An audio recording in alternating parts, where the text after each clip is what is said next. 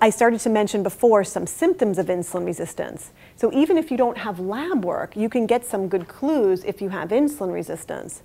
And one of which is craving the sugars or starches, because again, we're not moving sugars into cells normally. Another symptom is feeling hungrier if you eat breakfast. And I've heard this for years and years, that people will say, I don't eat breakfast. I've been told I'm supposed to eat breakfast. Everything says you do much better with weight if you eat breakfast. But if I eat breakfast, then I'm ravenously hungry in an hour or 2 hours. So I eat more all day. And that is indeed true if you're insulin resistant. And the reason why that happens is because the body responds by making higher insulin levels. If you end up eating a traditional breakfast, which in the United States is primarily a high carbohydrate breakfast, like cereal and fruit, or toast. Someone who's dieting might have just toast and tea, trying to not eat really any calories, or just oatmeal or pancakes, for example. But it's a high carbohydrate breakfast, and since that person has a lot of insulin on board, because their body has made more insulin, when they have a high carbohydrate load, it translates into a high sugar load. So blood sugar goes up rapidly, and because there's a lot of insulin on board, it comes down rapidly. So sugar goes up fast and it goes down fast. And when it goes down fast, it will trigger the symptom of hunger. And in fact, this is not normal hunger. This is intense hunger that people have described to me, and I felt it myself, as I will eat anything that doesn't eat me first.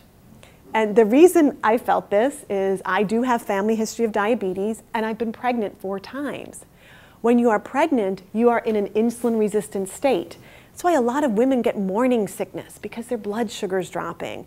And I would find that I would have breakfast, and I'd have to go to work and have another sandwich, like right at 9 o'clock. And if I had cereal in the morning, then I would feel weak and shaky and lightheaded and nauseated. But if I ate protein-containing foods, that didn't happen. And indeed, that's what we find with the menopause metabolism as well. So feeling hungrier all day if you eat breakfast, but specifically the wrong breakfast for insulin resistance, which is a high carbohydrate breakfast.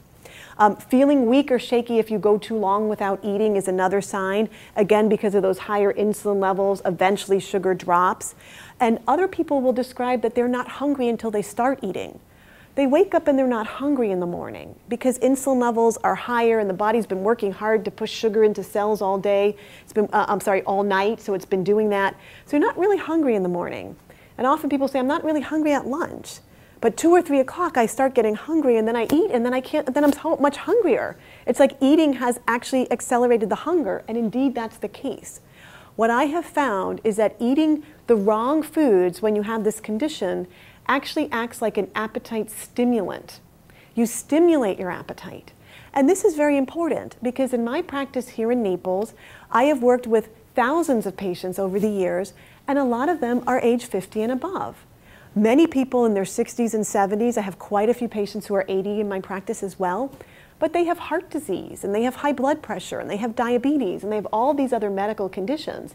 So I can't rely on taking a diet pill, which will elevate blood pressure and pulse and different risks in people with that type of population, but I still need to be able to provide some results to my patients. And what I find is by controlling the meal plan, coming up with the right meal plan for each individual can really control hunger, and that's the key.